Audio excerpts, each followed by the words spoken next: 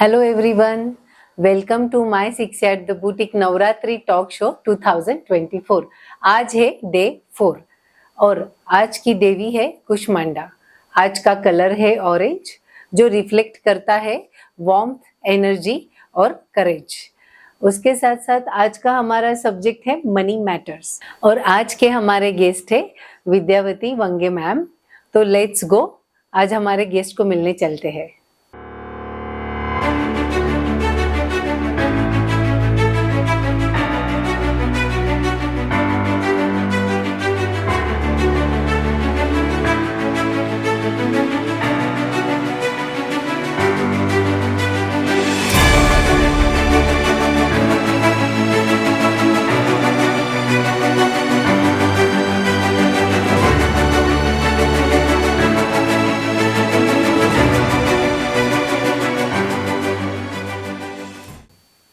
Hello ma'am. Hello, welcome. Thank तो मैं ma'am का एक छोटा सा इंट्रोडक्शन आप सबको देना चाहूंगी। मिसेस विद्यावती वंगे मैम, आप चार्टर्ड अकाउंटेंट हो, tax and taxation expert and academic instructor भी हो। आपके पास एलएलबी की डिग्री भी है और आप लातूर की लीडिंग महिला सीए भी हो। So welcome to my 6 yard talk show. Thank you ma'am. जैसे मैम आज अपना टॉपिक है मनी मैटर्स, तो उसके बारे में मैं कुछ आपको कहना चाहूंगी कि हमारे व्यूअर्स क्या सुनना चाहेंगे आपसे कि आज हम फाइनेंशियल लिटरेसी के बारे में जानने का ट्राई करेंगे पक्का आपसे। जैसे कि होम मेकर्स होते हैं या प्रोफेशनल महिलाएं भी होती है, बट फाइनेंशियल रिलेटेड चीज़ों को क्या कैसे ध्यान रखना चाहिए, कैसे ऑर्गेनाइज करना चाहिए, उनका जो नॉलेज है उन लोगों को बहुत बेसिक होता है या पता हो के भी उसको वो चैनलाइज नहीं कर पाते हैं। तो हम पक्का आज के ये जो हमारा टॉपिक है मनी मैटर, उनके थ्रू मैम से ये सब जान के लेंगे कि इसको हमने कैसे चैनलाइज करना है। सो मेरा पहला सवाल है मैम आपसे कि आज हम देख रहे हैं कि महिलाएं फिजिकल फिटनेस रहो, मेंटल हेल्थ रहो या अदर एक्टिविटी रहो, काफी कॉशियस हो चुकी है, बट उसके साथ साथ फाइनेंशियल हेल्थ के लिए उन्होंने क्या करना चाहिए, क्या ध्यान रखना चाहिए, ये हमको प्लीज आप गाइड कीजिए। ओके, सो विमेंस का सबसे इम्पोर्टेंट जो ध्यान रहता है, एक तो फैमिली, और she is working as a caretaker. तो दूसरों का घर को संभालना, बच्चों को संभालना, यही चीज़ों में उनका ज़्यादा से ज़्यादा फोकस रहता है। तो कई महिलाएं अभी आ चुकी है, करियर कर रहे हैं, कुछ पैसे कमा रहे हैं, तो अभी उनमें एक अवेयरनेस आने शुरू हो गया है कि बराबर। जैसे हमारा फिजिकल एंड मेंटल हेल्थ है, जिसके लिए हमें ज़रूरी है एक तो एक्सरसाइज करना, या हमारे मेंटल हेल्थ के लिए हम मेडिटेशन करना, तो वैसे फाइनेंशियल हेल्थ भी इस स्टेज में अभी वो हमारी नेसेसिटी बन गई है। सही है। जैसे हम बोलते हैं इम्पोर्टेंट है, ये सबको पता है, लेकिन ये नेसेसिटी है, ये अभी हमें समझना है। और मेंटल हेल्थ को ध्यान में रख के हम जब चीजें कुछ कर रहे हैं, कुछ एक्टिविटीज कर रहे हैं, कुछ सीख रहे हैं, वैसे हमें फाइनेंशियल हेल्थ को ध्यान में रख के हमें कुछ चीजें करनी है। तो जैसे कि सबसे इम्पोर्टेंट पार्ट आता है कि हमें खुद को हम कहाँ पे है ये पता नहीं है। मीन्स मेरा फाइनेंशियल स्टेटस क्या है, ओके, मैं कितना कमा रही हूँ या मैं कितना सेव कर रही हूँ, कितना मैं इन्वेस्ट कर रही हूँ, और मैंने कितना मेरा फ्यूचर सिक्योर करा है in the angle of finance. ये सभी चीजों को देखना, इस सभी चीजों को समझना, इसका ही मतलब है हमें हमारी फाइनेंशियल हेल्थ का पता है। Okay, that's great. तो ये फाइनेंशियल हेल्थ ये सेशन में अपन अच्छे से समझ के लेंगे। तो अगला सवाल ऐसा है कि महिलाओं को खुद की करंट फाइनेंशियल सिचुएशन समझ के लेने के लिए क्या बेसिक पैरामीटर्स उन्होंने फॉलो करना चाहिए? ओके, तो हमारा फाइनेंशियल हेल्थ समझना है तो हमें सबसे पहले हम कितना कमा रहे हैं, मीन्स मेरा नेट इनकम क्या है, ये मुझे समझना है। तो हम उसको जॉट डाउन कर सकते हैं हमारे बुक में। दूसरा, हमें जो मंथली एक्सपेंसेस लग रहे हैं या ईयरली लग रहे हैं, क्या क्या मेरे एक्सपेंसेस है, वो आपको लिस्ट डाउन करना है। फिर उसके बाद मुझे देखना है कि मैं कितना सेव कर पा रही हूँ। Saving is not a investment, लेकिन मेरे पास कितने पैसे बच रहे हैं ये समझना भी जरूरी है। वो तभी समझेगा जब आप उसको सभी लिस्ट डाउन करोगे। ओके। एक बार आप एक शुरुआत करो इस चीज का, पहले मंथ से शुरुआत करो या कुछ 8 दिन का आप एक प्लानिंग करो, जिसको बोलते हैं हम फाइनेंशियल प्लानिंग। तो इस स्टेप के साथ हम जब आगे बढ़ेंगे तो हमें नेक्स्ट चीजें क्या करना है वो समझ में आएगा। ओके। तो उसका एक छोटा होमवर्क उन्होंने करना हमेशा बहुत जरूरी है। होमवर्क जरूरी है। राइट। तो अभी अगला सवाल है उसी से रिलेटेड कि फीमेल के लिए फाइनेंशियल इंडिपेंडेंसी इम्पोर्टेंट क्यों है, और ड्यूअल इनकम हाउस होल्ड में भी वो इंडिपेंडेंसी कैसे बना सकते हैं? ओके।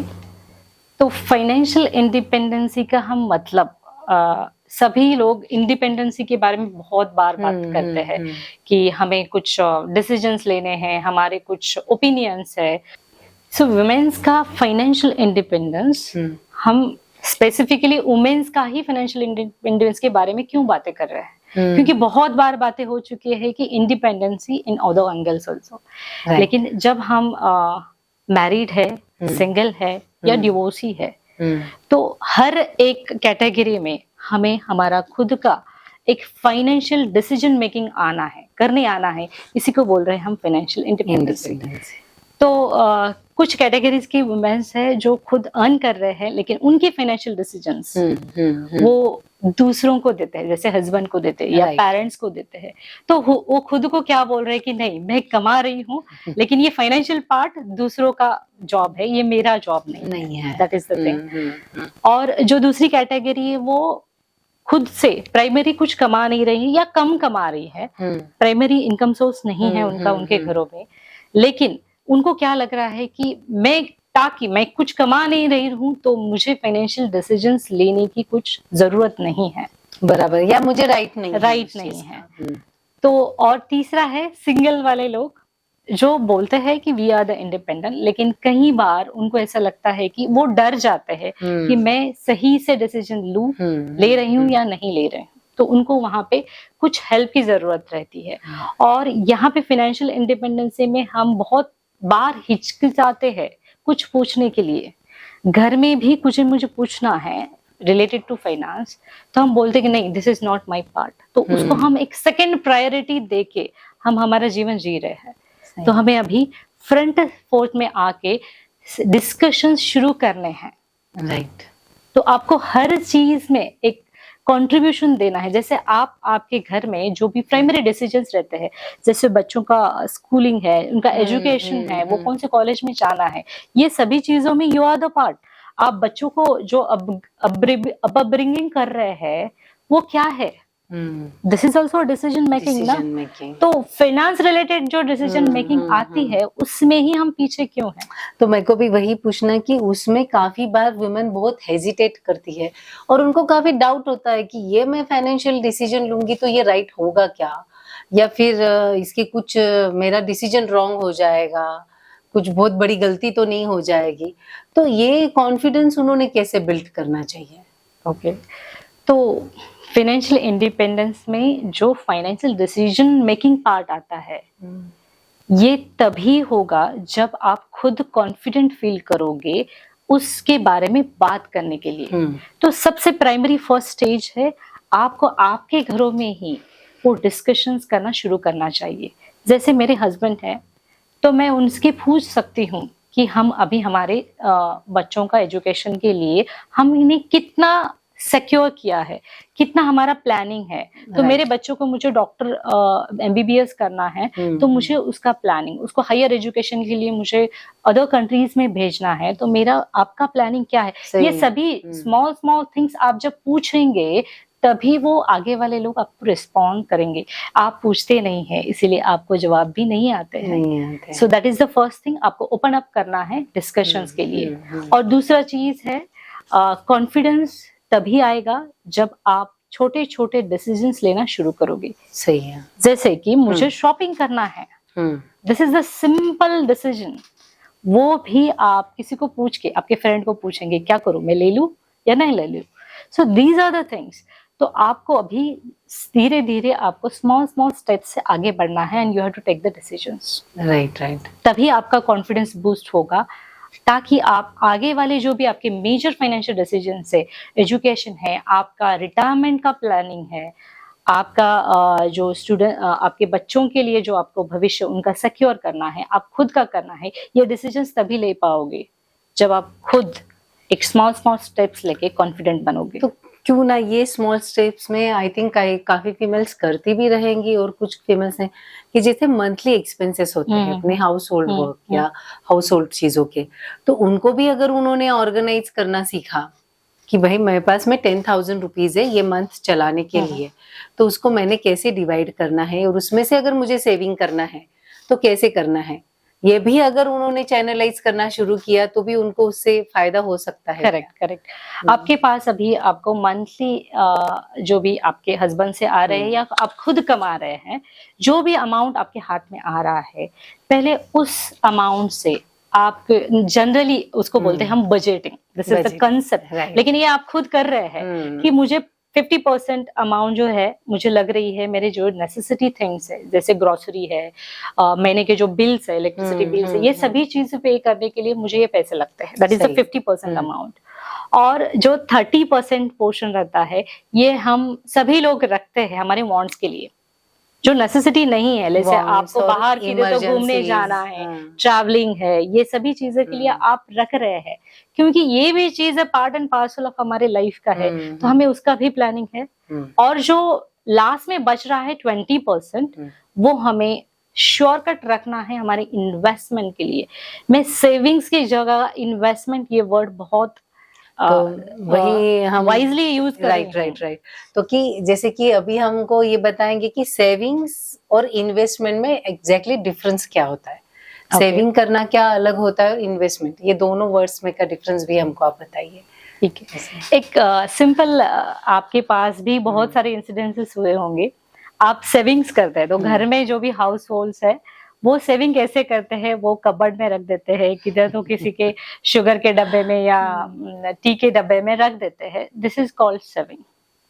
तो जिसमें कुछ इंक्रीमेंट नहीं हो रहा है उस पैसे में, उसको बोल रहे हैं हम सेविंग। आप बचत खाते में रख, that is a saving bank account सबके पास रहता है, अकाउंट में जो पैसे रखते हैं आप उसको बोलते हैं सेविंग। तो आप कभी भी आपको जब भी लगेगा वो पैसा निकाल सकते हैं, और ये हमेशा ऐसे ही होता है। तो इस सेविंग को हमें अभी ट्रांसफॉर्म करना है इनटू द इन्वेस्टमेंट्स। तो इन्वेस्टमेंट्स करना यानी वो जो अमाउंट है मेरा सेविंग का, जब मुझे लगेगा तब मुझे निकालने आना है, लेकिन विथ सम इंक्रीमेंट, कुछ मुझे उससे फायदा होना है, इसको बोलते हैं इन्वेस्टमेंट। तो इन्वेस्टमेंट आपकी सेविंग मल्टीप्लाई करता है। तो ये जो इन्वेस्टमेंट करना चाहिए किसी ने भी, कोई भी फीमेल ने, तो मुझे ये कि जैसे स्मॉल स्मॉल स्टेप्स आप उनको क्या सजेस्ट करोगे, या स्मॉल इन्वेस्टमेंट से भी कैसे वो इन्वेस्टमेंट स्टार्ट कर सकते हैं, कि जैसे हर कोई अर्न नहीं करता है, कुछ हाउसवाइफ होती है, कुछ प्रोफेशनल्स होते हैं, तो उन्होंने कैसे इन्वेस्टमेंट्स करना चाहिए, तो आप दोनों के लिए हमको गाइड कीजिए कि कैसे करना चाहिए। ओके, तो स्मॉल स्टेप्स है इन्वेस्टमेंट के, बहुत सीधे है। सबसे पहले हमें शुरू करनी है हमारा जो सेविंग अकाउंट रहेगा वो सेपरेट सेविंग अकाउंट रहेगा, that will be only for the investments. Okay, ठीक है। उस अकाउंट को हम एक फैसिलिटी रहता है बैंक में कि ये पैसा ऑटोमेटिक फिक्स डिपॉजिट बन जाता है, एक मिनिमम अमाउंट रख देता है और जो भी उसके आगे की जो अमाउंट है वो कन्वर्ट होती है फिक्स डिपॉजिट में। तो एक सेविंग का जरिया है, क्योंकि वहां पे अकाउंट को ऑटोमेटिक ट्रांसफर हो रहा है। दूसरा एक जरिया है, हम जो अभी फिक्स डिपॉजिट में पैसे डाल रहे हैं उसी अकाउंट्स में हम 1,000 रुपए से या 500 रुपीज से हम हमारा SIP शुरू कर सकते हैं, that is systematic investment plan. Actually हम हमारा वो पैसा म्यूचुअल फंड्स में इन्वेस्ट कर रहे हैं। म्यूचुअल फंड्स यानी जो भी स्टॉक्स रहते हैं, शेयर्स मार्केट्स में जो भी कंपनीज है, उनको बहुत एक्सपर्ट्स उसको स्टडी करते हैं और एक फंड बनाते हैं और रेगुलर उनका मॉनिटरिंग करते हैं, इसीलिए वो सिक्योर्ड प्लेस है जहां पे हम हमारा पैसा डाल सकते हैं, और वहां पे हमें मिनिमम 12% का रिटर्न तो श्योर है आपको मिलना। तो ये एक जरिया है। तीसरा है, आप पोस्टल में कुछ आरडीज फॉर्म में एक आपका खाता ओपन कर सकते हैं, वहाँ पे मंथली कुछ अमाउंट डिपॉजिट करना शुरू करना चाहिए। सो ये छोटे छोटे चीजें हैं जिससे आप आपका हर महीने का जो भी सेविंग है इन्वेस्ट करना शुरू करेंगे। तो मतलब कबर्ड में ना रखते हुए अगर तुम बैंक में डाल रहे हो या ये जो अलग अलग वेज मैम ने बताए हैं, तो ऑटोमेटिकली आपका जो अमाउंट है वो 100 के बजाय उस पे 12% आपको Yes. एक्स्ट्रा बेनिफिट उसका मिलेगा। यस, यस, और आपको जब चाहिए वो पैसे मिल रहे हैं। राइट। कि जैसे मैम हम अभी स्मॉल इन्वेस्टमेंट की बात कर रहे थे, हम आप इतना सब हमको बताए, तो मुझे जस्ट पूछना है कि अगर मुझे 500 या 1000 रुपए ही महीने के इन्वेस्ट करना है तो उससे कुछ फर्क पड़ेगा क्या? बहुत फर्क पड़ने वाला है। मैं आपको एक एग्जांपल देती हूँ। अगर आप 1000 रुपीज पर मंथ अगर आप SIP में डाल रहे हैं, दैट इज म्यूचुअल फंड में इन्वेस्ट कर रहे हैं, and you are getting 12% rate of return, means 12% आपको रिटर्न मिल रहा है, तो आप 5 साल के बाद उस अमाउंट होगी आपकी 84,000 रुपीज, और आप कंटिन्यू करेंगे तो वो रहेगी 20 इयर्स के बाद 10 लाख रुपीज। Oh my तो God. कितना डिफरेंस अच्छा। है ये। और आप इसको कंपेयर Sizable करेंगे आपके, जैसे आप नॉर्मल सेविंग करते हैं फिक्स डिपॉजिट्स में, वहां पे हमें नॉर्मली 7% मैक्सिमम रिटर्न मिलता है। ओके। तो हम 5 साल के बाद हमें मिलती है अमाउंट 72,000 एंड 20 इयर्स के बाद हमें वो अमाउंट मिल रही है सिर्फ 5 लाख। तो नियर अबाउट हम 50% से इंक्रीज हो रहे हैं, क्योंकि this is called compounding interest, कि आपको बैच के ऊपर बैच मिल रहा है। और ये बेनिफिट तभी होगा जब आप स्मॉल अमाउंट इन्वेस्ट कर रहे हैं और दूसरा वो कंटिन्यूअसली कर रहे हैं। अच्छा, तो ये बहुत बड़ा बेनिफिट है हमारे लिए। That's great. Yes. इतना ह्यूज अमाउंट अगर आप 15-20 साल के लिए अगर कुछ इन्वेस्ट करो तो आपको काफी साइजेबल अमाउंट मिल सकता है। विथ अगर अब तुम चैनलाइज करो तुम्हारे अमाउंट को कबर्ड में या घर में ना रखते हुए तो। करेक्ट। यस। तो अभी उसके साथ साथ मैम हमको ये कि जैसे कि आज मैं बड़ी होने के बाद, पढ़ाई होने के बाद में फाइनेंशियल लिटरेसी कैसे डेवलप करना, खुद को इनबिल्ट करना, ये मेरे को अब हम अवेयर हो रहे हैं। बट हमारे बच्चों के लिए, अगले जनरेशन के लिए या गर्ल चाइल्ड के लिए भी फाइनेंशियल लिटरेसी उनमें डेवलप करने के लिए हमने क्या करना चाहिए? ओके, तो बच्चे तो हमें देखते हैं, हमें देख के आगे बढ़ रहे हैं, सीख रहे हैं। तो अभी मैंने सीखा है, तो मेरी डॉटर्स के लिए और मेरी जो सिस्टर्स हैं, यंगर सिस्टर्स, उनको मुझे पहले ही देना है। जैसे मैंने बोला कि पहले मुझे डिस्कशंस करना शुरू करना है। जैसे हम हर चीज के बारे में डिस्कशंस करते हैं एक्सेप्ट फाइनेंस। तो अभी मुझे मेरे डॉटर्स के साथ बातें करना शुरू करना चाहिए कि अभी हमें इतने पैसे लगने वाले हैं, हमें इतने पैसे सेव करने हैं, हमें कैसे सिक्योर होना है, ये सभी चीजें। दूसरी चीज, अभी मेरी डॉटर्स आगे बढ़ रहे हैं, तो मुझे उनको अभी कुछ तो अर्निंग की जो जरूरत है उनको बोलना पड़ेगा आपको कि अभी तुझे भी कुछ तो कंट्रीब्यूशन करना पड़ेगा। हमारे जो गोल्स है उसको अगर हमें अचीव करना है, तो ये सभी चीजें आप बच्चों के साथ बातें करेंगे तो this is only the financial literacy. वो अपने आप समझेंगे, आपके साथ वो डिस्कशंस में पार्ट लेंगे और आपको कुछ नए सजेशंस भी वो देंगे, क्योंकि आज की जनरेशन जो है वो बहुत पावरफुल है, बहुत ब्रिलियंट है। तो ये आप, और इसमें से आपका रिलेशनशिप भी बहुत बढ़िया इम्प्रूव होगा। राइट है, राइट है। तो उनको घर में ही अगर डिस्कशन में से हम बोलते रहे तो बच्चे भी ये चीजों को काफी अच्छे से समझ सकते हैं। अभी और एक चीज ऐसे कि जैसे कि हस्बैंड वाइफ हो तो उनको ओवरऑल घर का जो फाइनेंशियल पोजीशन है, कहाँ इन्वेस्ट किया हुआ है, कितना अमाउंट है, क्या अर्निंग है, ये अगर दोनों को पता रहना चाहिए, तो उसके लिए आप क्या सजेस्ट करोगे? ये सब चीज करने के लिए हमें हस्बैंड एंड वाइफ को एक साथ बैठ के हमारे जो पॉलिसीज है, जैसे हेल्थ इंश्योरेंस है, दैट इज मेडिक्लेम, दूसरा है हमारा कुछ टर्म इंश्योरेंस प्लान है, LIC है, ये सभी चीजें आपको लिख के रखने हैं। इसके साथ आपको उसमें जो नॉमिनीज है, जो भी आपने दिए, किसके नाम दिए हैं, वो भी आपको लिखना है। और सबसे मुश्किल पार्ट ये रहता है कि जब हस्बैंड कुछ मिसअप हो रहा है, हॉस्पिटलाइज्ड है, वाइफ्स को पता ही नहीं है कि कितने बैंक अकाउंट्स है और कितने पैसे हैं हमारे पास, राइट कि हम राइट राइट इमीडिएटली इमरजेंसी में हम इसको हाँ कुछ कैसे करें कैसे डिसीजंस ले। तो इस चीज के लिए अब सभी बैंक अकाउंट्स हस्बैंड के हैं या वाइफ के हैं, तो सभी के अकाउंट्स आप डिटेल्स लिख लो कि मेरे इस बैंक में इतने खाते हैं। दूसरा, अभी कितने लोगों से मुझे पैसे आने वाले हैं और कितने को मुझे देना है, that is the loans liabilities कितने हैं, ये सभी चीजें आप कहीं तो लिख के रखो और ये ओपन डिस्कशंस में आगे बढ़ो, क्योंकि इससे आपके फैमिली में एक कनेक्शन आ जाएगा right to take proper financial decisions decision जो आपको हेल्प करेंगे आप सभी का, आपका फैमिली का सिक्योरिटी लेने के लिए। और वुमेन्स का कैसा है कि वो खुद को एक चांस, खुद को अब वो डिसीजन लेगी कि मुझे इसमें अभी इन्वॉल्व होना है। सो मैम, फैमिली बॉन्ड के लिए तो आपने बहुत ही एक इम्पोर्टेंट चीज हमको बताई है।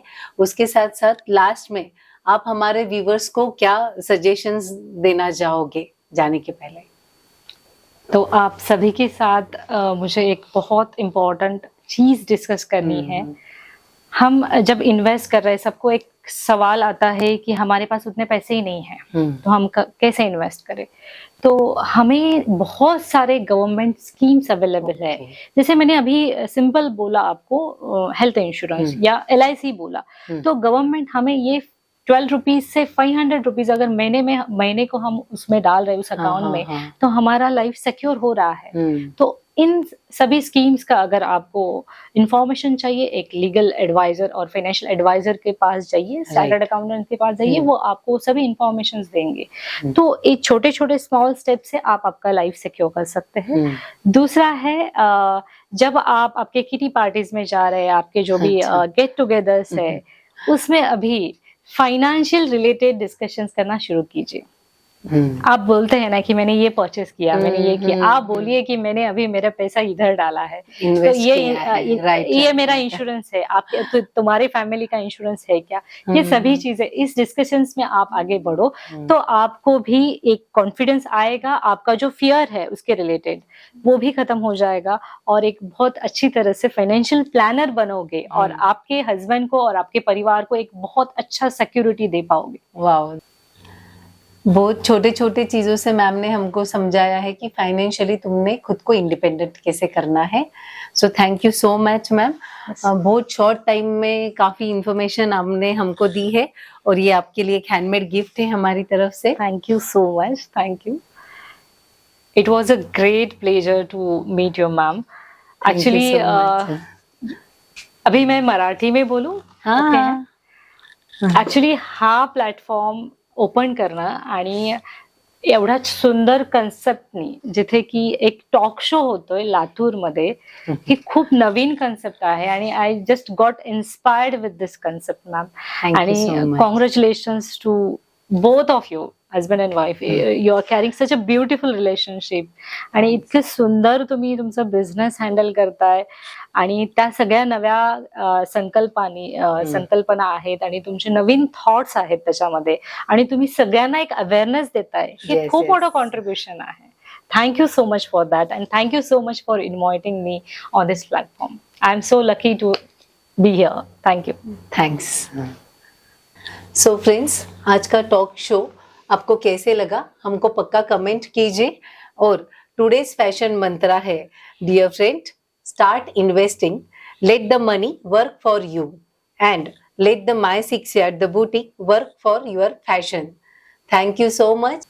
कल है डे 5, तो ये कल मिल रहे हैं हम 4 o'clock फेसबुक लाइव. आपके फ्रेंड्स और फैमिली को लिंक भेजना ना भूलिए और पक्का ज्वाइन कीजिए 4 o'clock. Bye bye, take care.